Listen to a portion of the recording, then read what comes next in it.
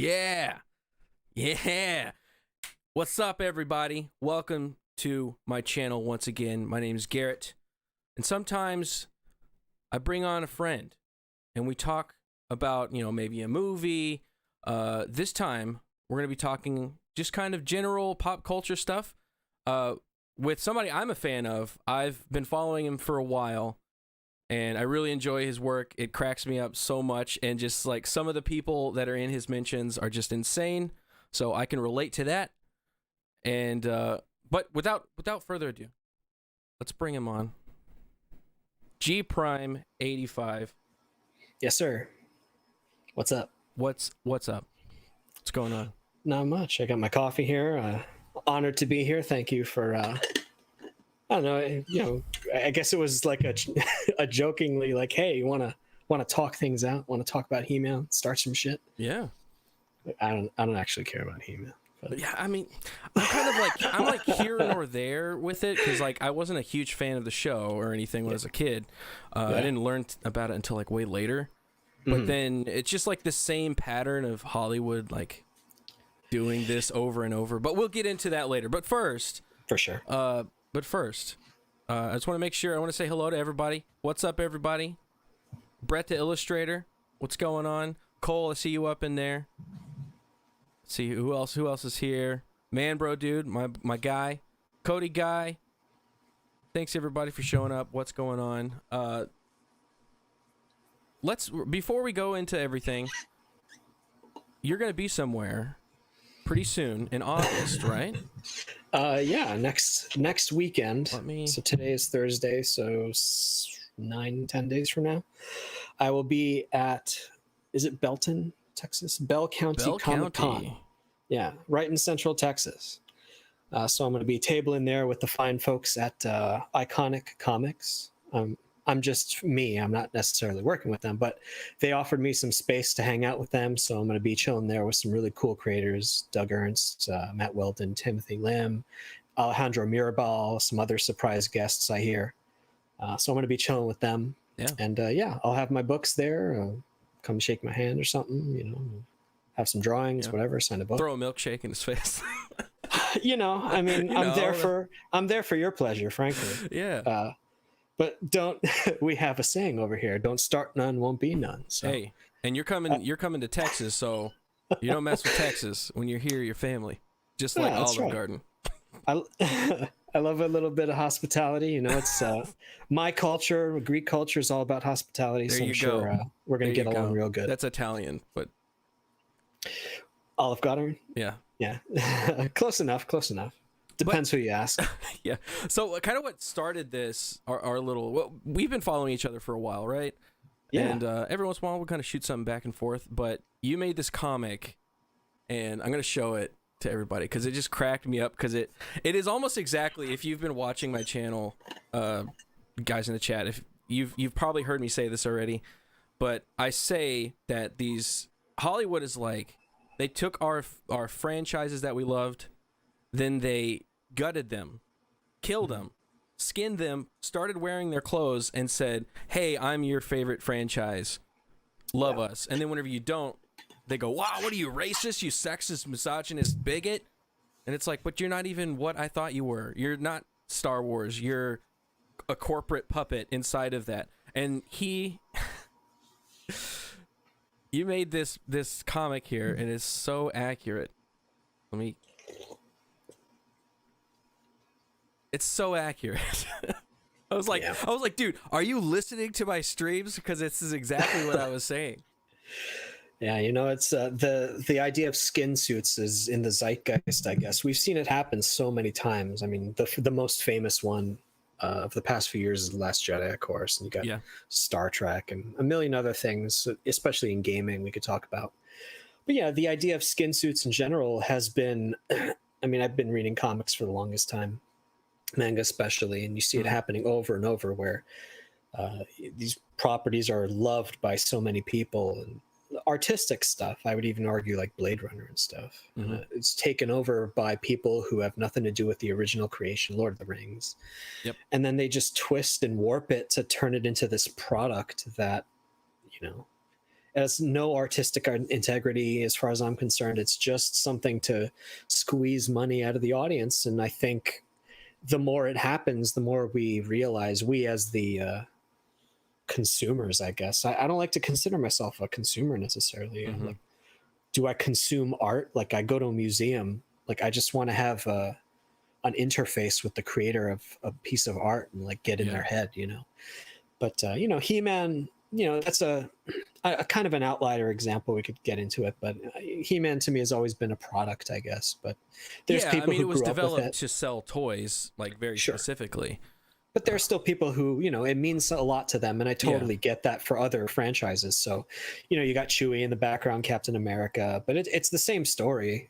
They're just wearing the suit of these properties, and it's tragic. For some people, it really meant a lot to them, and then here's this opportunity to get some more of what they grew up with, and it's this perverted mess. And the thing that kind of pisses me off about it is this. What's funny, because they always say it, is the entitlement of these new people that have been given this opportunity to create for this franchise.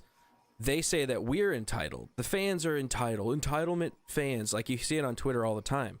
The critics. Right, the critics. The fan critics. Whenever, like, think of something like Star Wars. Something like Star Wars that was dormant for 20 years. Between Jedi and Phantom Menace. What was like?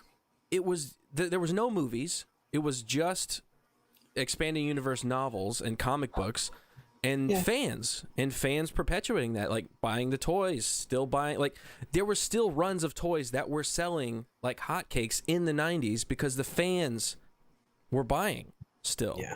So there is some entitlement there. Yeah, like. To own a to have a property and own it doesn't mean that you're the sole owner anymore. Like, especially if you're Disney and you bought Star Wars, you're not just the arbiter of Star Wars now. Yeah. Like, you should respect the fans of the people that have basically kept it alive for 40 years. Maybe it's George Lucas's, solely, but after he sold it, I mean, you've got to have some fan entitlement there. Because we brought it, we kept it alive, passing it down to our kids and whatnot. Now that's dead now. Like, I haven't watched the Star Wars movies in like 5 years. I feel like. No, I find it hard sometimes. Yeah, it's hard to go back to. Well, especially after we know what's happened to it, and you see, they technically own it, but I would say it's more accurate to say they're stewards of these properties. They're supposed to be like custodians of it, preserving it, making all the best parts of it shine better, and maybe ignoring the worst parts or polishing them up. Yeah. But there's a million commentators that have said it really well, like Doomcock, for example. He talks about you need to have respect for these franchises, and it kind of belongs to us, all of us, and these are pieces of ourselves that we grew up with. It means so much to all of us, and then really to hand it off to somebody who doesn't seem to have a lot of love for these properties, who start turning it into things that it never was, for an audience that never cared about it, to kind of... There's a certain patronization that happens too, where they assume that we nerds are just going to consume whatever they put on the table because we're so starved, and it's kind of patronizing. And me as a fan, I'm not like an ultra fan or anything of, say, Star Wars, but there is a limit for me where even the prequels at the time, I was like, I want to love these. I saw them a million times, and like I was kind of trying to trick myself into liking them more and more. Even when they were coming out. But looking back, like I really like the ideas that the prequels had. I didn't like the execution so much, but yeah, right. If you listen, this is silly, but if you were to cut like a music video and turn the sound off and then just listen to the soundtrack, you get this kind of Shakespearean tragedy. Yeah, it's a space opera. Whenever you hear the phrase space opera, like the prequels are that. They are like the big, bombastic, over-the-top music and setting, and it's huge. And they don't make movies like that. Like, when you really think about it, they don't make movies like... Maybe like The Fifth Element might be somewhere in the same wheelhouse. But yeah, like, they don't quite make movies like that. But yeah, I totally agree with you. Like, turn the sound off. Just listen to like John Williams' score over that, and just cut out some of the best stuff. Yeah, just live in that world. Like that's what I always liked about Star Wars, the property, is being able to go to a whole universe where every planet's so different and there's so many alien races, and you get to see things that you can't see in other places. And yeah, there's space magic, and it was considered cool and spiritual, and the new films just kind of shat all over the magic, the spirituality. I've thought about this talked about this a bunch of times. But anyway, I mean, going back to say like the He-Man thing, or not just He-Man, but all of the appropriation, you could say, of all these properties. The magic is gone. They're trying to turn it into something like the people writing these stories. They don't seem to have the spark of what made these properties fun. I don't know. There's something playful about these. Almost like wholesome or pure about it.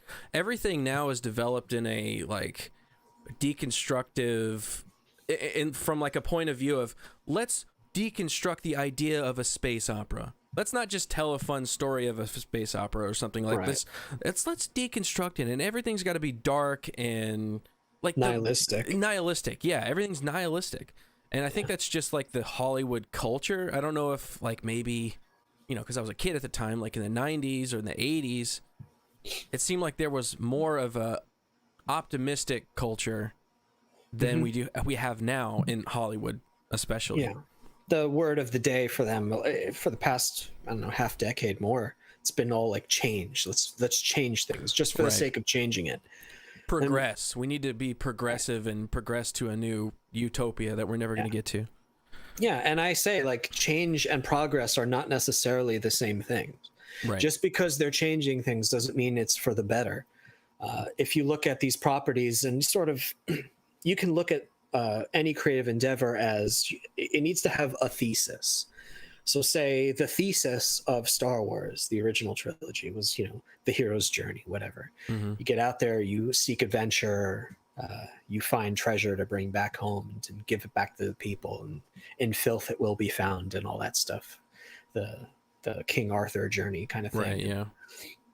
It's a classic for a reason. It's been told for thousands of years. You know, I listen to Peterson a lot, and he talks about the hero's journey, and it all makes sense. It's kind of a morality tale that any young man or young woman can listen to and say, you know, if I follow this journey of the hero, I too will be able to have my own adventure and bring value to my village, even if it's in space. I think you're onto something there. It's like and I've said this before, it's like the morality of Hollywood, it doesn't know how to tell that story. Like when you think about Star Wars, and I know we started with He-Man, but we're kind of moving on to kind of all of it really, because it's a pattern. He-Man is just, it's like in a long line of Rays snapping their fingers. At the very end, there's a He-Man, and it's like at the beginning there's like Ghostbusters 2016 or something, you know. But with Star Wars, the original arc, you know, there's a morality tale. There's something you could learn from his growth as a character, and being and trying to find the good in people, and you are able to be redeemed as a human being even if you've done really horrible things. What have you learned in the new trilogy? Like, I don't what think is the morality tale there? Right. By saying, for instance, like Rey, they surprised us with, oh, she's Palpatine's granddaughter. They didn't even have that planned until the last minute. Right. Like that whole movie was just like a hodgepodge of like, I don't know what we're doing.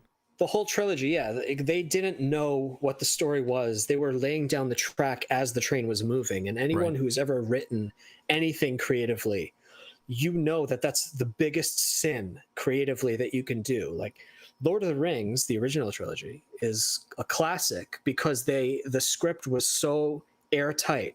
It took Tolkien, 15 years to write, something like that. It's crazy amount of time. A long time. Yeah, a real good story, like a really good story, takes time. You have to make sure that the themes are in alignment. That's why, say, the first few seasons of Game of Thrones are solid. But then the last few seasons, it's like, oh, we have to improvise the rest of the story because we don't have a map anymore. any story, when you sit down to write it, like say I'm writing a script or a graphic novel for myself, I don't write the story as I'm drawing it. I might make detours, like say I'm taking a drive from New York to LA or something. I know I'm going to get to LA, and then I can take some detours, like, oh, I'm on my way through the Midwest. Oh, I'd like to see Texas. I'm going to take a hard left now and visit Texas. So as you're writing a story, you can change the map, you can improvise, but you don't just decide, oh, I'm going to start heading west and then see whatever happens. Like, you don't pump $200 million into that project thinking, we'll make a story in Star Wars land. Well, you could head west, right? You can be like, hey guys, let's just head west and see what happens. And it's really great the first, a few hours of your trip, and then you start going, okay, well, where do we eat? Our gas is running low. Where are we going to sleep tonight? Yeah. That's how they made Star Wars, which is baffling to me. You bought a property that was just like, you printed money with it. Yeah. And you didn't think to go, let's lay down some track. Let's plan this out. And they threw out the previous map. Right. They had the whole extended universe. They had a map. They were like, hey, here's the plan of where you should go on your road trip. Right. And they're like, fuck that. There was, I'm sure there were meetings where they talked about this, but who would possibly be stupid enough to say, we have all this rich material to pull from, let's not use any of it? I know. Or... now they're talking about doing a Thrawn trilogy, and right. They throw it in the trash, and then whenever all their stuff doesn't work, they go, okay, let's pull out this. Let's pull out this. Come on. Yeah. Like who would have? You would think that if you spend $4 billion on something, I don't have $4 billion, but if I have any amount of money that I'm going to invest, like surely you would want to hire the most passionate people. But then you end up with, it's been talked to death. I don't mean to keep bringing her up. KK, whatever. I'm sure she's been there from the beginning and all that stuff, but like she has not demonstrated the kind of nerd love that say, I hear Filoni and all those guys. Yeah. Could The Mandalorian have been made at the beginning of all this if those guys had been in charge? I don't know, but I don't see what advantage, like why would you take a risk? But anyway, I think the root of that issue, and kind of the issue of all of this, is like you said earlier, they just expect us nerds to fall in line and consume. They didn't expect, they just thought, hey, we could slap Star Wars on anything. We could slap He-Man on anything. We could slap Ghostbusters on anything, and these stupid nerds will go watch it.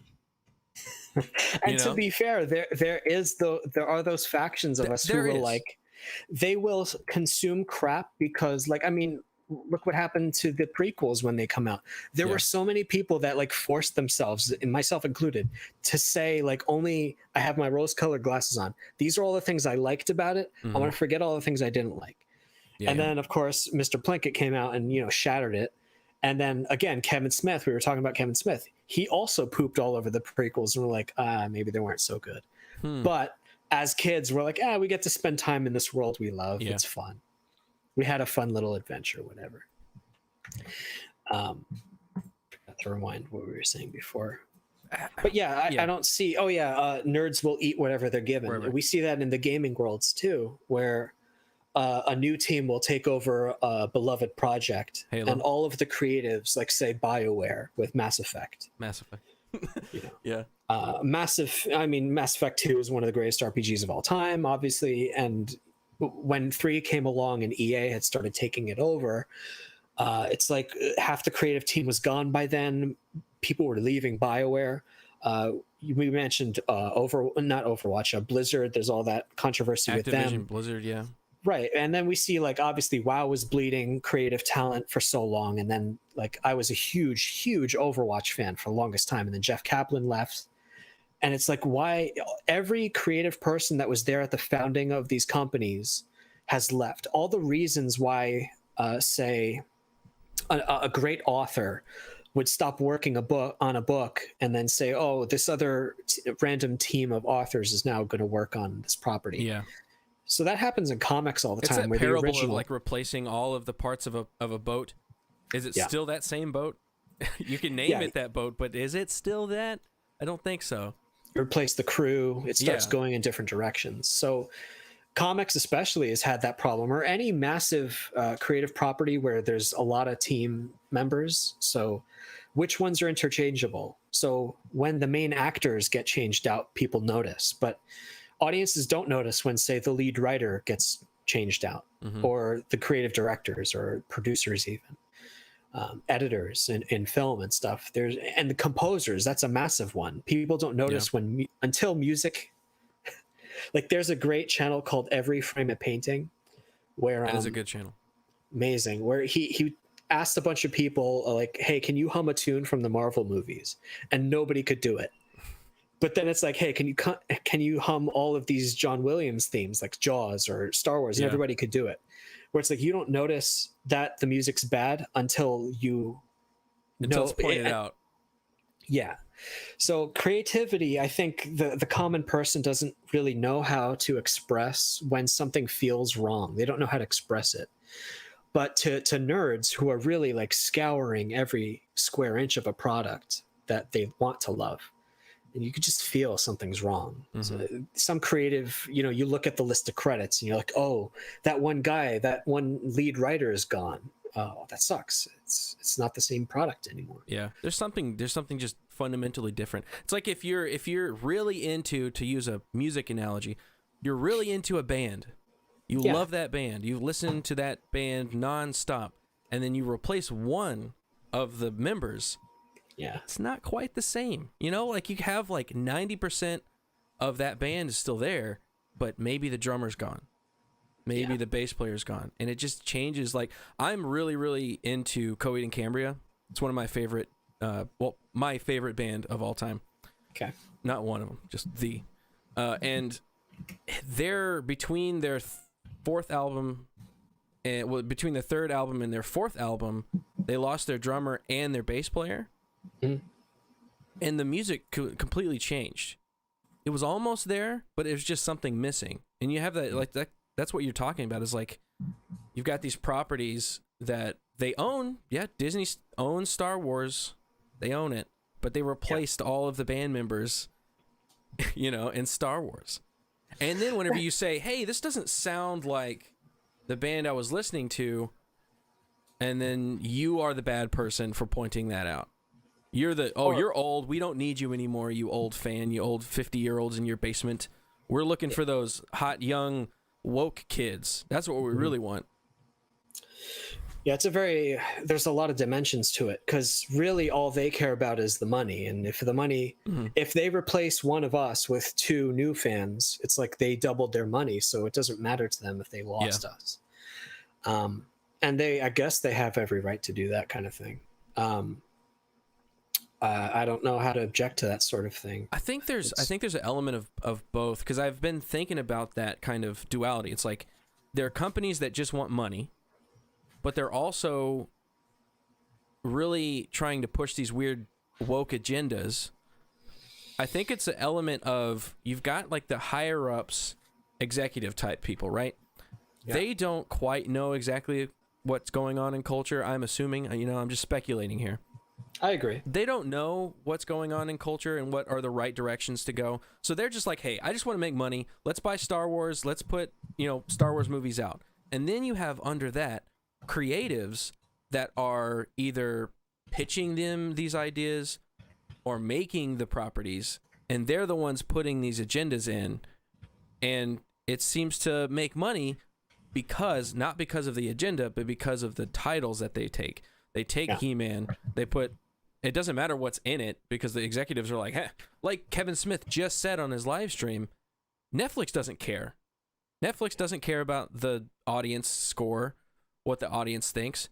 They said they had millions of monthly subscribers to Netflix. They don't give a shit about you, because they're the money grab guys. They're the business guys that go, look at the bottom line. It seems to be making money now. Yeah. And then you've got the creatives, like whoever wrote the show and Kevin Smith himself, that are like, okay, well, since I have carte blanche now to just write whatever I want, and I don't have to respect anybody's opinion, now I could put whatever my agenda is in it. And that doesn't matter to the upper guys. So that's kind of like, you got both of these things that are not good working together. And then over time, like we've seen with Star Wars, it's like diminishing returns. You get less and less back every time. And now Marvel, you know, Black Widow made a bunch of money, right? It's like 80 million. I don't know if it's worldwide or whatever.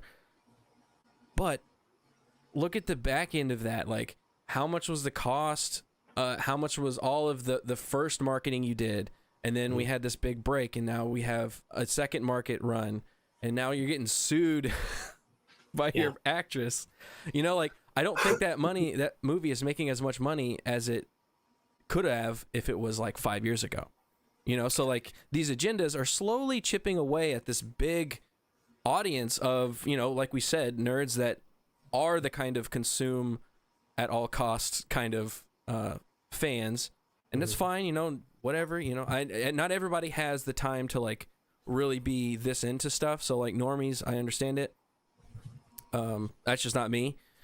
But like slowly over time, I feel like it's dwindling. It's getting smaller and smaller. The people just going like, they may not, like you said, they may not even understand why it's not good. They may just be like, you know what?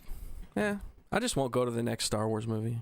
It's not, you know, it's not what I'll just go watch, you know, something on TV or I'll watch YouTube instead. Yeah. Well, YouTube is the perfect snack, whereas going to a movie takes deliberation. You have to spend money. Yeah, you got to get your friends together. You get in your car. You go to the movie theater, even before COVID and all that stuff. It's, you know, it's a whole night. And if the movie sucks, if it sucks bad, you can at least laugh at it. But if it just sucks like it was boring, you all wasted your evening pretty much. Yeah. What I think a lot of normies, and I don't use that term as a negative or pejorative necessarily, what a normie is looking for is brand recognition, probably. So it's like, oh, I've heard of that. Mm-hmm. People are talking about that in the news. So that's why Netflix doesn't care. Is it Netflix with He-Man? Yeah. They're like, oh, it doesn't necessarily matter what people are saying. It's just that people are talking about it. It's like the Trump effect. Yeah. They don't necessarily care what the super fans are saying, because they said, what, it's 10,000 people. It doesn't matter all that much. Really, with marketing, it's how many people are saying that name. And that will lead the normies who aren't as deep into the culture as we are. Yeah. To just be like, oh, He-Man, I guess I'll check it out. It's on the front page of everything I see. Like, I turn on my PlayStation for dinner tonight. I see He-Man on my, you know, dashboard. I'm like, what the hell is this? I don't want to see this. But for an investor, they're thinking of it like a business investment. They're not business people, for the most part, especially Hollywood, especially like comics publishers. I mean, I'm going out on a limb saying this, but I'm going to assume this is what comics publishers in America are thinking about. They only care about sales and business and perpetuating their companies, because there's been so many comics crashes. They need a few golden geese to keep their companies afloat, or they're going to get sold out, like Marvel a million times went bankrupt. Yeah. What an investor, a publisher, it wants to do is get a return on their investment. So I'm going to put down $10,000 on a book. It's not that much money. Let's try out some new ideas. And if those ideas go well, we'll turn it into a movie, which costs exponentially way more money. So an investor is going to they don't want to take risks. No investor really wants to take risks. They want to get their money back. They want to multiply their money. So they're not going to take a creative risk on, say, like a really famous example is the Rocky films. Mm-hmm. The original Rocky was written by Stallone when he was destitute. He had no money. He poured his heart and soul into that script, just the script. And he's like, hey, I want to audition for Rocky. And all the suits, the business people are like, no, you can't play Rocky. You're basically unknown. Your face is, you know, you're hideous. You're not going to be a star. No one's going to come see this movie. And then he more or less agreed to do the movie for free. Yeah. And then, you know, obviously it became this huge thing. But originally, the original film, and why it was so good, was because he was in that situation, in Rocky's situation. He was a nobody. And there was even that one famous scene where he was crying, not crying exactly, but he was like in the bed with Adrian saying, like, I don't want to just be another bum from the neighborhood. You know, I want to prove that I'm somebody. Yeah. They weren't even going to put that in the movie. He wanted them to do one take of that and then it turned out to be the most important scene in the whole movie. And all these suits wanted to like hire like well-known actors to play Rocky, and they thought they knew better. But he put so much soul into that one movie, and then it turned into a franchise that they milked like crazy. Right. Yeah. More or less. Still milking at this point. Still milking, yeah. So, you know, there were a couple of good popcorn flicks as Rocky, but Yeah. I still say the original was like S tier, you know, A plus. The same with Rambo, actually, I would argue. The First Blood is one of the best movies ever made, I would say. Dramatically different. Yeah, Like, it's not even the same franchise as the Rambo flicks. Like, I consider them. Yeah. I consider Rambo 2 onward as like fan fiction, but the original First Blood is as good as Rocky in its own way. It's this whole that other powerful thing. scene at the end whenever he's talking to his sergeant. Legendary. It was amazing, you know, and it really like captured it. And I'm sure a lot of people at the time were like having that same kind of feeling themselves, and you know, it just really hit home. But yeah, then they took it and commercialized it. They turned him into an action star. It was so stupid. But like, I'll show First Blood to normies, and they'll think like, oh, Rambo, he's going to mow down the bad guys. But within the first 20 minutes, they're like glued to the screen. Like, wait, this is not what I thought Rambo was. Yeah. And then by the time the movie ends and he gives that speech, they're crying. Like, it's so moving, and that's not what you think Rambo is. And then I see the most recent Rambo movie, which I'll argue to the death with anybody about this. The most recent Rambo was dog shit. Yeah, I didn't watch it. I didn't watch that one. I went to the theater like, why am I doing this to myself? And they don't know what Rambo was. They butchered it. Mm-hmm. But I would argue the same thing happened with like 4 and 5. 2 and 3 are just dumb fun, but it's not the same as First Blood. Anyway, but that goes to show that creativity and business, they can do beautiful things together, but I don't necessarily think they're compatible. Like it's like is the cart driving the horse kind of thing. Yeah, there needs to be a strong creative voice, and they need to be able to do creative things. And it's like Disney in the 90s with the Disney Renaissance. They had Michael Eisner, which was their CEO at the time, and he was a business guy, but he had creativity and he let his creatives do stuff. Now you've got like this Bob Iger guy. Well, now it's the other guy, Chapek or whatever the other guy is. Bob Chapek. But he is like 100% a business guy that has no creativity, but like wishes he did. And all of the stuff he's done since has just been like, buy property that is already successful, run it into the ground. Every single thing they've done is like, buy Marvel, slowly running it into the ground. I know it still makes a bunch of money. It's getting run into the ground. Just wait for this next phase. It's bad. It's going to be bad. You know? And it's that kind of mentality. It's like, you got to let creatives. And then on the other side right now, if you let the creatives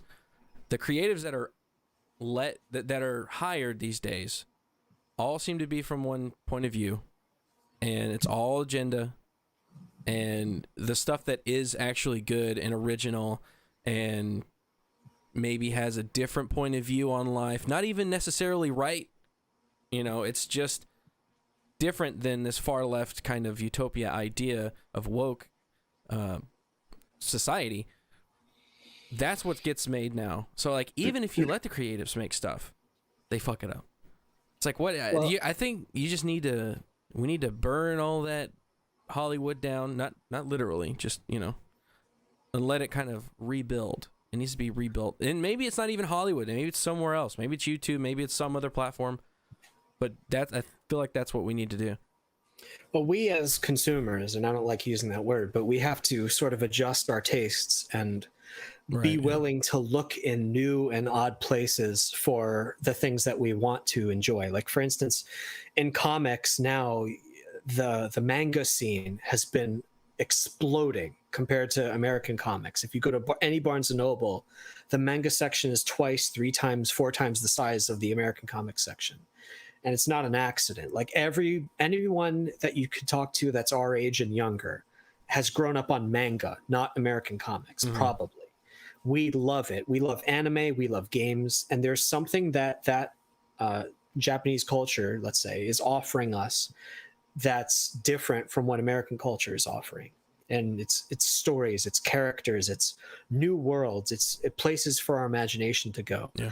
That's where all the action is. And American creators like want to pretend like they, yeah, we have all these legacy properties that we're just throwing new talent or we're finding our friends to write scripts for. Like maybe you'll sell a couple 10,000 copies or something. Meanwhile, at the peak of the American bubble, before the bubble burst in the early 90s, they were selling like 10 million copies was like the record or something like that of the Image guys or something before they broke off and created Image. They were selling millions of books, and nowadays in Japan they're still doing great. They're selling those kinds of numbers all the time. Oh yeah. But American comics, you'll be lucky if you'll sell 10,000 to 50,000. What was that stat? I don't know it exactly, but Demon Slayer, the manga, outsold the entire United States comic book industry. Like that's nuts. That's nuts. That's nuts because two different, like, one, that's crazy that it made that much money, and then two, it's crazy that we made so little money in our comic book industry. And what's more interesting, and I've been trying to study this my whole career, is manga's black and white, obviously, which isn't exciting on the shelf, but it makes the profit margin, like you make 4 times the amount of money selling black and white books than color. Makes sense, we're struggling. Yeah, because if anyone doesn't know, I print my own books, and the price for my color books, like it makes it so that it's almost not even worth selling them because they're so expensive to make. Just to create the books. Whereas the manga market, if I was to sell a black and white book, that's where I'm making a nice little profit. Well, yeah, you're cutting out work. You're cutting out just the price for price color. for color, like ink alone. Yeah. So the manga market is doing a lot of things differently than we are, but it's not just the physical printing, the amount of profit they make. Their stories are worlds and leagues different than ours, where they're all about building franchises. Let's say the Shonen Jump and Naruto and Demon Slayer, that kind of thing, Dragon Ball Z. They're focused on characters, building worlds. One Piece is the most popular manga of all time. If anyone wants to look into that, there's like 100 volumes of it. There's a lot. Yeah, and there's a reason for all of these things being popular. But then there's other stuff where if we as consumers, to get back on the topic, I'm sorry, we don't like American comics, you got to look into manga, for instance. Like I'm rereading Berserk, if you've ever heard of that. Yeah, I haven't read it, but I've heard of it. It's very hard to find now. It is. I actually had to go through quite a lot of loops to get the hardcovers because the creator recently died. Right. Yeah. So everyone's buying it up. But for anyone who's curious about, like, it's pretty hard R, borderline X rated. Blood and guts and all kinds of like profane stuff. But if you can stomach that, like if you like Conan, dark fantasy, Game of Thrones, Berserk is like pretty much the best comic of that genre that you can find. And if you're starved for sword and sorcery kind of comics, read Berserk, read Vagabond. There's a million great properties from Japan that you can read where it will satisfy you. But the reason I bring that up is that the only way you can make American publishers feel the sting of failure is to continue, like, to just give your money and time to other creators. Yeah. So creators like myself and others are trying to, boost the indie market. We're trying our best. Like support. If you hate the stuff that's being made, don't support it anymore. I haven't since. I have been this person, right? Talk shit about Star Wars, hate all everything that has to do with it, but I still have Disney Plus. I still I bought a DVD of Force Awakens, right? After they fired Gina Carano, I was like, all right, this is my time to jump off. I'm done. I'm getting out. So since then, I have not given Disney. I have actively not given Disney any money. I think about that stuff. I go, oh, that's a Disney property. That's a T-shirt, or that's a DVD, or this is a show that's on Disney Plus. I'm not going to get it. And if I do watch it, it'll be other means. Somebody else is paying for it. Yeah, it's and I will get it to everybody's super chats I'm not neglecting you. I will get to you guys, but it's such a good conversation. I don't want to break it up. Yeah, I always listen to people talking about this, but I rarely get to talk about it. Yeah. I was listening to Razorfist the other day saying about how hate is not the opposite of love; it's apathy. And the best thing you can do to punish these business people who are failing us is to not even complain about what you don't like, unfortunately. And that's hard for, say, a content creator on YouTube, because you want to talk about the things like we've been talking about our disappointment. But really, all we can do is not patronize these creators anymore, and just turn our heads away and towards other things. Like, I don't want to just complain about I don't like He-Man. Instead, I'll pick up a Berserk and be like, wow, this is so damn good. I can't put this down. So I'll give my money to Dark Horse. Yeah, just find something that you do like and support it. You know, that could be a YouTuber, that could be an independent content creator, you know, YouTube or comics like you. I mean, there's so many different avenues that you can go and spend your money on. Just stop giving these people, if you hate what they're doing, if you don't like the agenda, if you don't like their content, stop giving them money. Like, for real, like, we got to stop doing it. They're never going to learn if we keep giving them dollars. They're going to keep going, well, it makes money, so I'm going to keep doing it. So let me get to the super chats real quick. I don't want to neglect my boys. Sure. Here we go. Rick Moranis, I don't know if you're out there. This was for the last stream. I didn't get to it. It was whenever I was doing a premiere. For $4.99, Rick Moranis, the Rick Moranis, guys, from Ghostbusters. You know, Honey, I Shrunk the Kids. I thanks so much. And the Keymaster. Yeah. Are you trying to dress like a 90-year-old grandma? She even has those shades. What? He's talking about my yellow aviators. Okay, I will not support any shade on my shades. You look like John Goodwin in The Big Lebowski. Hey, see. These are good shades, all right. Shut up, Donnie. Thank you. But anyways, thank you, Rick. Thank you. Get back into Ghostbusters. I hope you're there. I hope you're in it. Aaron Redacted for $4.99. Thank you, Kevin Smith. You, my expectations were successfully subverted. Thanks, Kevin Smith. I appreciate it. Joshua Gutson for $2. Good evening, QB. Prayers to Steven. Well, thank you. Yeah, I think he's recovering, and I think it's going well. So follow his Instagram. I think he posts more update stuff there, because you can do more characters. So if you want updates, follow his Instagram. He'll help you out there. Leo Slayer for $4.99. Since King Grayskull, King Grayskull was race swapped to black. Now does that make He-Man a quarter black? Whoa. Does it? I like that too. Did you watch the show at all? No. So I basically just skimmed it. I watched the first episode and the last episode, and I kind of just vaguely watched the last episode. But apparently there's a character, and I didn't know this because I don't know the lore. There's an original hero. So He-Man, I guess, is like a champion of Castle Grayskull or whatever. And there was an original one, and his name was Grayskull, and that's why they named the castle Grayskull. Well, they race swapped him. They made him this big black guy that has like dreads and stuff. Okay. And I just thought it was funny because it's just like, oh, okay. Just like Doctor Who, if you don't know about that one, they made like the original Doctor was a black girl. It's like one of these tropes that they just keep doing. I'm gonna call it. This is the era in film of the black afro, because that just seems to be popping up everywhere. Like I don't know what it is, but that just seems to be everywhere. But yeah, I just thought it was funny that they race swapped his character, because he's like, you know, he's not He-Man. He's better than He-Man because he's the original He-Man. And that was Leo Slayer for $4.99. Thank you again. Brett the Illustrator, my bro. Brett the Illustrator. Go follow his... do you have an Instagram? I don't know if he has an Instagram. Go follow his Twitter. He posts stuff there.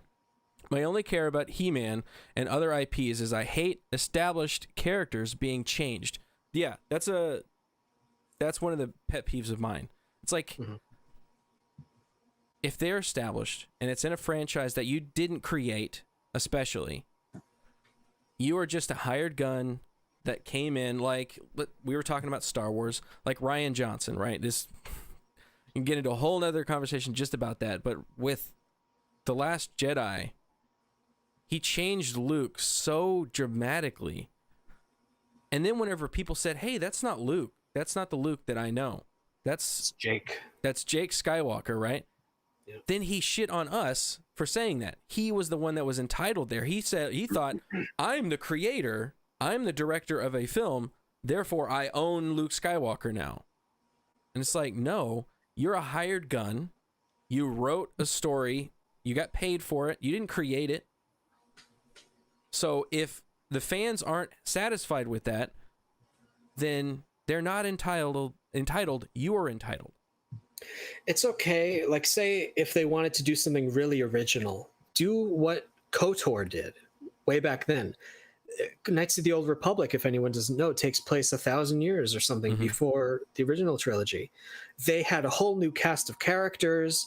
The world was kind of similar, but it used older technology. Yeah. You can do all kinds of creative things. Just pick a different time and place. Don't take what already exists.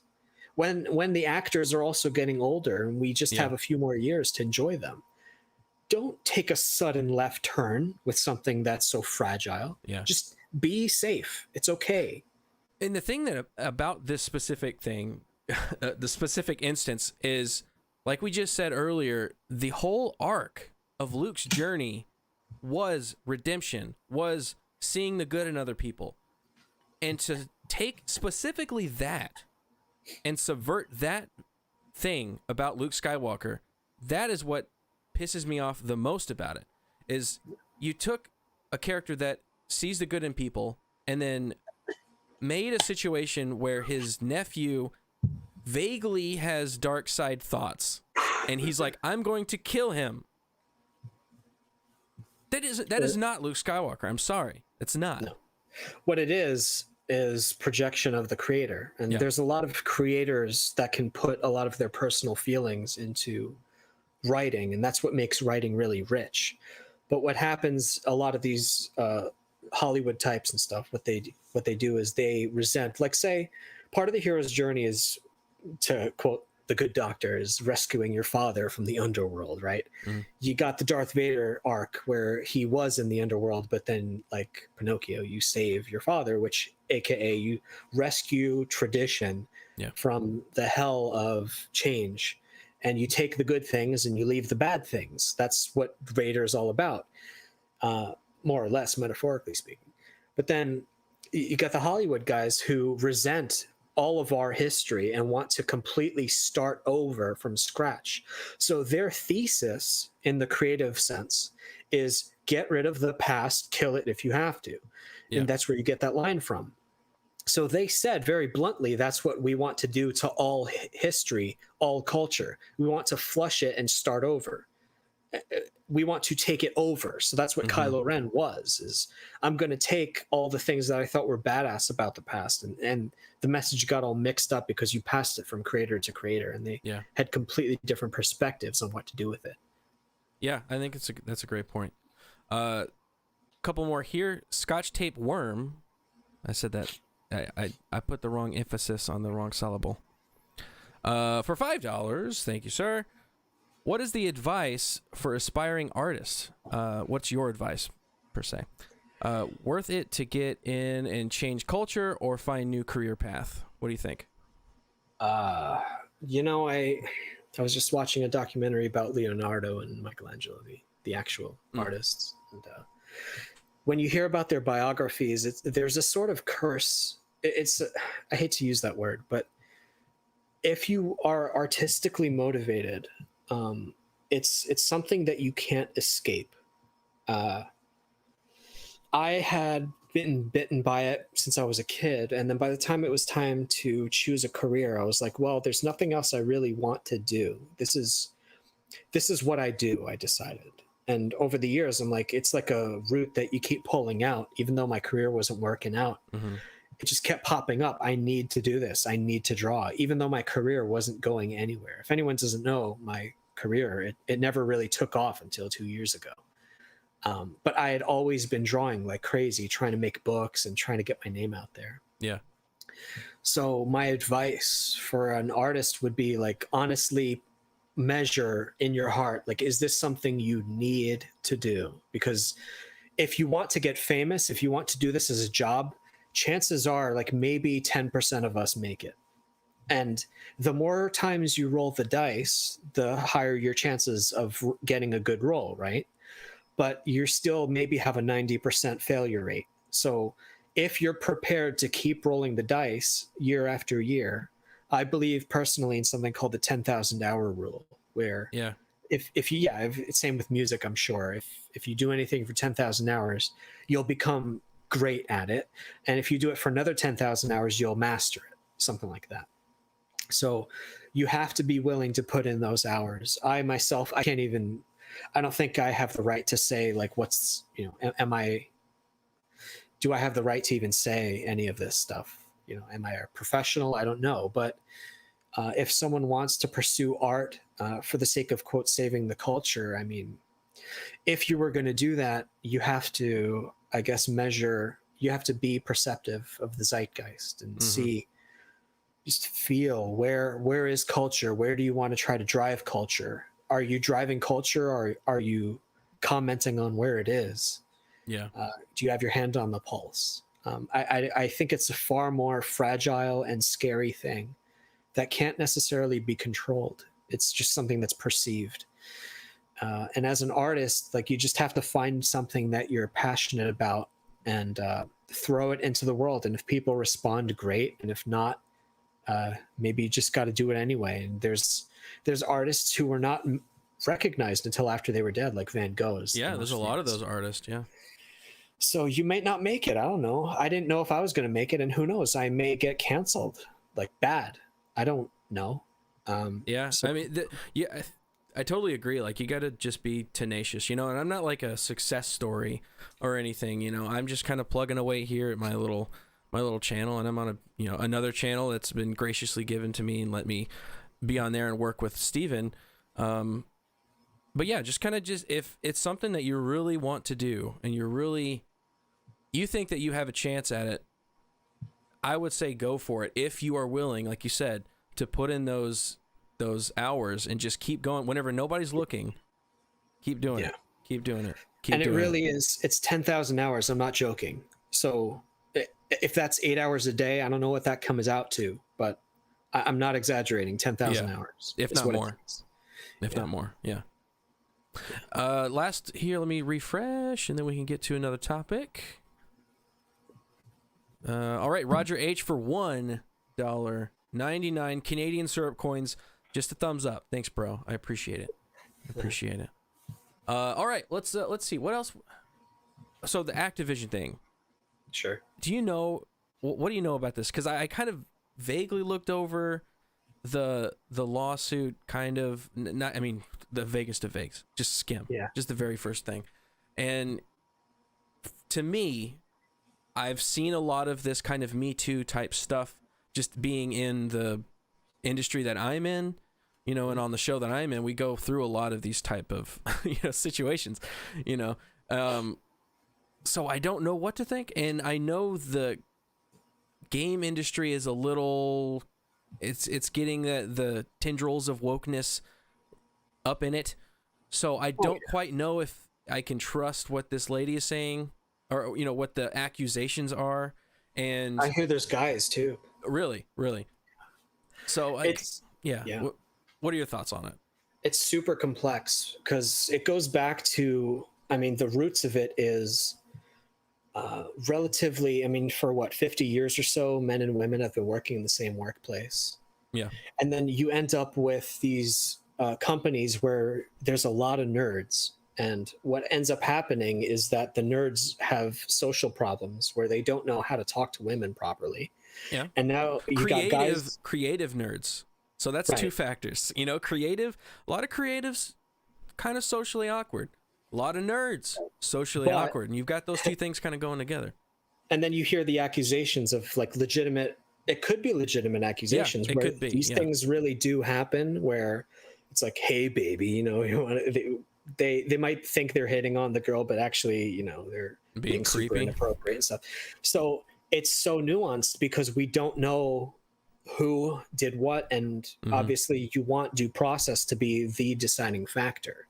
Yeah. As far as this specific instance, like we know that in every big company, let's say there's a certain percentage of guys who are going to be really inappropriate and have like they'll be drunk on power and hit on their coworkers and stuff. It does right. happen. That's what I've heard. I heard it's not with like lower level employees. It's with all of like the upper kind of executive branch of the company. Right.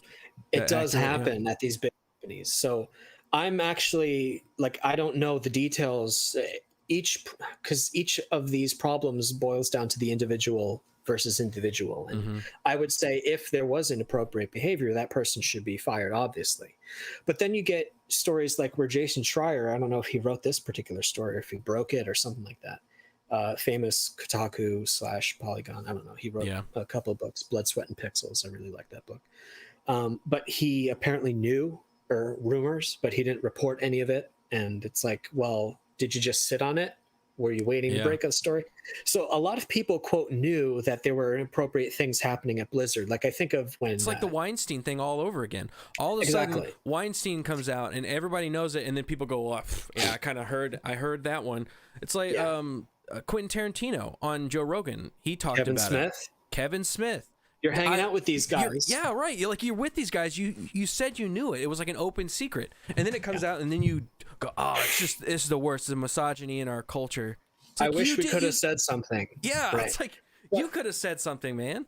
Yeah, we're butting up against a problem that goes down to the roots of human nature itself, where speaking truth to power is going to mean your job. Because if it's you versus a Weinstein, you're going to get fired.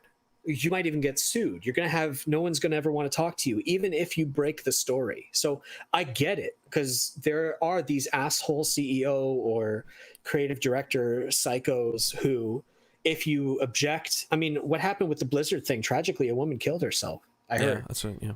I didn't mean to say that out loud. I hope your channel doesn't get dinged. That's okay. But yeah, apparently they were on some business trip at a convention or something, and some creep, one of these creeps, had like sex toys with him, and he was hitting on her, and she ended up doing that, and that's not something that happens spontaneously. That's many months or years of pressure, and you feel like you can't get out, and that's your only way out. So what happens in these workplaces, and obviously, like, I don't want to come out on either side of, it's because the hashtag Me Too can be abused. Right. Yeah. Where you're accusing guys of just like, let's say, awkwardly asking a girl out, and you're a nerd, so you don't know how to do it right. That's not the same as cornering someone and saying you're going to be fired if you don't do exactly what I say. Yeah, that's very different. Yeah. That's the problem with the whole Me Too kind of thing, is like, it's like crying wolf. Yeah. It was a good thing to get these gross dudes that are like preying on people and using their power to manipulate and abuse people. But then you have a bunch of latch-ons that use it just all over the place, that it makes it kind of muddy. And that's kind of the issue with a lot of the woke / leftist issues, like, BLM and all that stuff, is you've got all of these kind of people that are just grifting, and it makes the issues actually hard to find. It makes the ones that are real hard to actually decipher. Because Gamergate, that's what started it all, with Zoe Quinn and everything. Where there's a lot of people who know each other behind the scenes between games journalists and developers and stuff, and they're all sleeping around with each other. Not all of them, obviously, but like they all know each other behind the scenes, and a lot of them can be creepy with each other, where there's fuzzy relationship boundaries where it's like, are we just, being friendly, or, hey, you want to come to my hotel room and drink and whatever? And people make mistakes, or they make bad decisions and stuff, and they wake up the next morning and regret things or something like that. But a lot of unprofessional behavior occurs where, again, we go back to this thing where men and women have only been working together for half a century. And you're in this industry where people who are single and young and horny, or maybe married, who knows, are intermingling all the time. And they're making really stupid decisions that do not benefit the businesses at all. This is a business convention. We're here to do business. and you're fooling around and you're ruining everything with your stupid decisions. Like if I was in a creative lead position, I would fire those people as soon as I heard. Like I would not condone coworkers fooling around with each other. I would not allow it, because that opens the door to so many problems. Like we're here to work. Yeah, you have a lot of issues with people just in just completely good relationships breaking up, being mad at each other. Then you got and this that weird ruins stuff on the the creative inside, team. Like I hate to say this, but like this is a holy place of business where we're following our dream of being creative. You don't get this chance very often. Don't screw it up. But people are people, and they're going to make stupid decisions. But I don't know what the solution is, because again, this is so new to our species, where it's not. Back in the day, men just work with men and women work with women and stuff like that. So now we're intermingling, and it's creating all these crazy unintended. It's like a sun crashing. All these elements are crashing into each other, and all this random chaotic stuff is radiating from the explosion that nobody can control. Yeah. It's like and maybe didn't we need to expect. we need to slow these things down. I don't know how. I think you're right. Like I'm trying to imagine a game company, game developers, they're all dudes, they're all just hanging out. I have nerds. I have my best friends. I can imagine that kind of thing. And like one of it was a cubicle crawl, basically where you go from one cubicle to another one and like drink drinks and stuff. And I'm like, I do that, with my friends, that kind of stuff, like just horsing around. But then you add women into that situation, and then higher inappropriate, you got a power dynamic thing going. If you hear about, say, really creative guys who are idiots acting that way, let's say they're super talented, right? You're hiring the best people in the whole country at Blizzard or wherever you're working at. You can't necessarily fire these people super easy. And you're in California, so it's even harder to just fire people for stupid reasons, you're being inappropriate. To me, as a really rough business person, I would say, like, you get one warning, don't do that again or you're fired. But then if I fire that person, I'm screwing my company, because that person's really talented.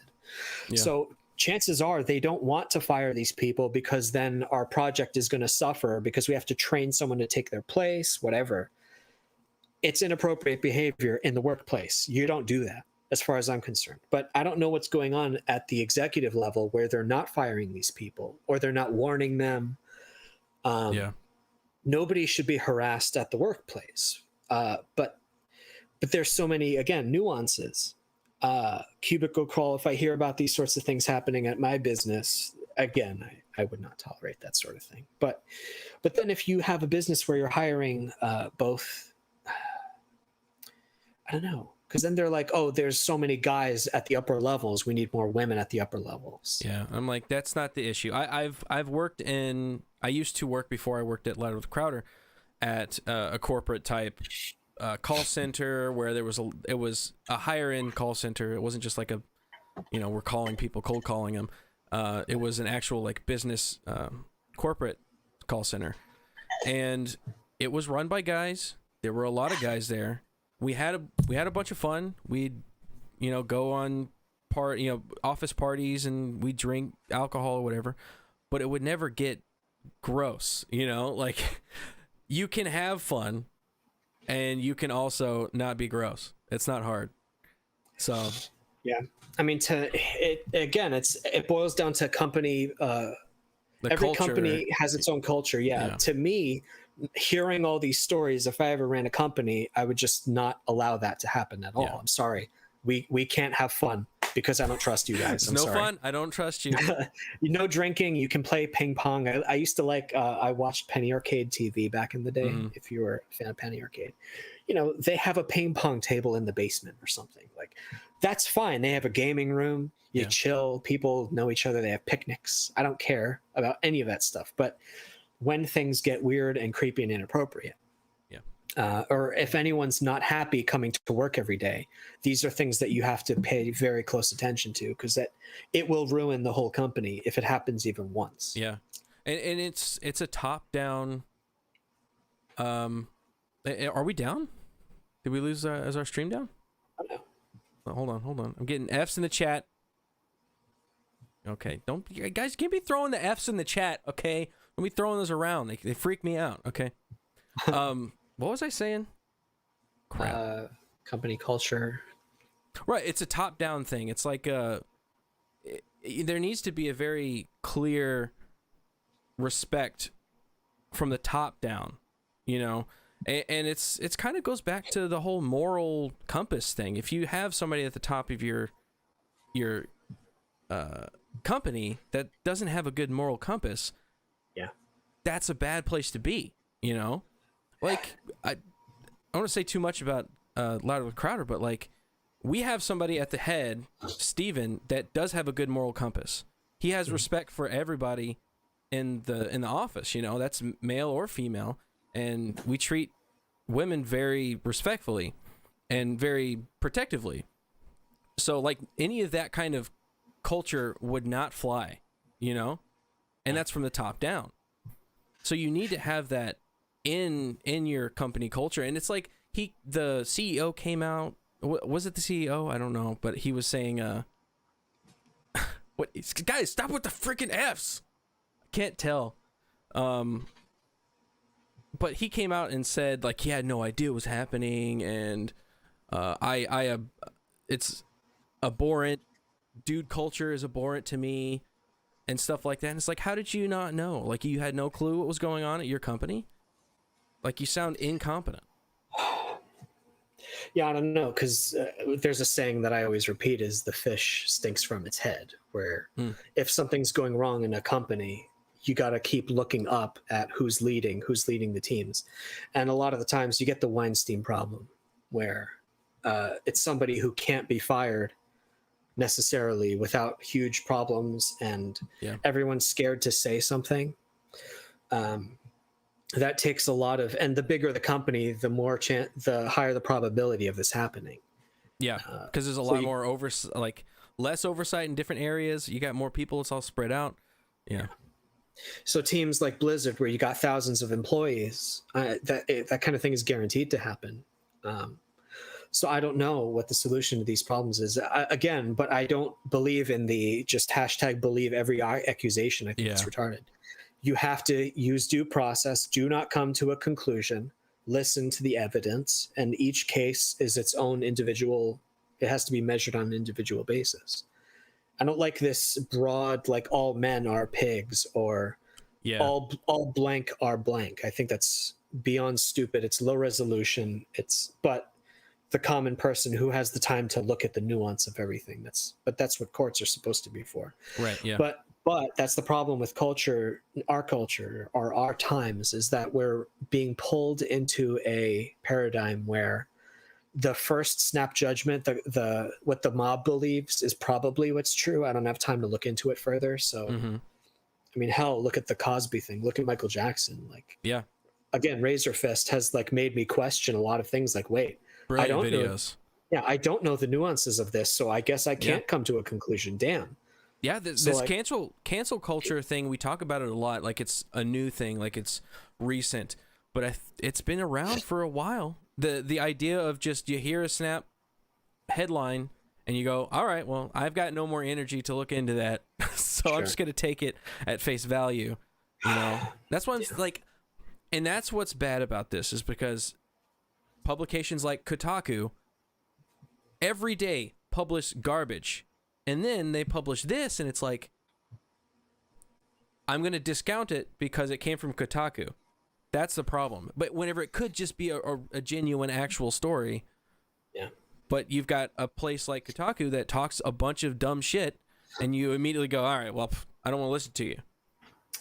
Yeah, we just don't know. I don't like what Blizzard has become. They've messed up. I mean, since what? Diablo Immortal? Even way before that too. I mean, ever since they merged with Activision for no reason, they kind of lost their soul. Blizzard did. So I don't know. Why did they do that? I don't know, because they were making infinite money anyway. It could have been a hostile takeover. I don't know what happened. Like, why would a company as amazing as Blizzard? I don't remember what year it was or what they were making at the time, but I don't know why they thought they needed the extra money. But it's the same thing that happened with BioWare. BioWare was so cool, and then they merged with EA for no reason. Yeah. So you get Mass Effect 2, one of the best games ever made, and then you get Mass Effect 3, which had no ending. Yeah. It was a massive letdown. Yeah. So it's like, why are you merging with these bigger companies? Oh, smaller company. And it keeps happening. I don't know. That's what happens in the indie scene too. Like Teenage Mutant Ninja Turtles used to be so cool and indie. And so many comics used to be cool and indie. And then they get bought out. Yeah. They're offered tons and tons of money. Teenage Mutant Ninja Turtles. All right, I'm out. Like, right. All right. Okay. Yeah. So I get it. Like a lot of creators just want to, it depends. Because if you have a creative vision, something cheesy, you want to see that vision through, but then everyone has their price. So I don't know. I don't know what that temptation feels like, but it's sad how often it happens. I mean, look what happened with freaking Watchmen and Alan Moore and stuff. He had to disown most of his creative work. Yeah. Because he keeps getting screwed. Not that I don't think he's, like, if you watch that show, the Watchmen show, not the recent one, no, but it's no good. It's no. Hey, it's the Afro. It's the Afro era. That's what I'm saying. All right. Well, I think we'll kind of like wrap it up there. It's been about an hour. It's going to kind of go on these for about an hour. Thanks so much, man, for coming on. It's been a pleasure, an honor to have you on. I'm a big fan of your work, and hope you keep exploding. And let me show this again. Bell County Comic-Con. You're going to be there. Yes, next weekend. So next weekend. What dates are those? August. Oh, there we go. It is August 7th through the 8th. Yeah. So if anyone's curious, like I'm going to bring a few books. I don't know how much to bring. I'm not like a super pro at this. So if you just come and I don't have any books to sell, I'll like draw you something. Oh, hey, there you go. But the idea is I just want to go back to conventions, and ever since the past couple of years, like I actually have an audience now, so I don't even know what that looks. You don't know what to expect. Like. Yeah, so I'm just going to say hi to people, really. So feel free to just come and say hi. Call me a jerk if you want to. I don't know. I don't know what to expect, so I want to come and say hi and hang out, and that's pretty much the idea. So that's next weekend. Next weekend. Well, I'm going to read these super chats. You don't have to stay. You can go if you want. I've just got a few here. Roger H was the last one. So Scott Chestnut for $9.99. That's nice. I like that name. Let me see. Let me open it up. I can vouch. Been painting every day the last 3 months in preparation for an art show I'm throwing in October. 30 paintings total. Already have 20 done. It's possible. Just got to put in the work. Yeah. Just got to put in the work. And like we said earlier, just do it whenever it doesn't seem like it's going anywhere. If that's something you want to do and you need to do, to satisfy something inside of you, do it.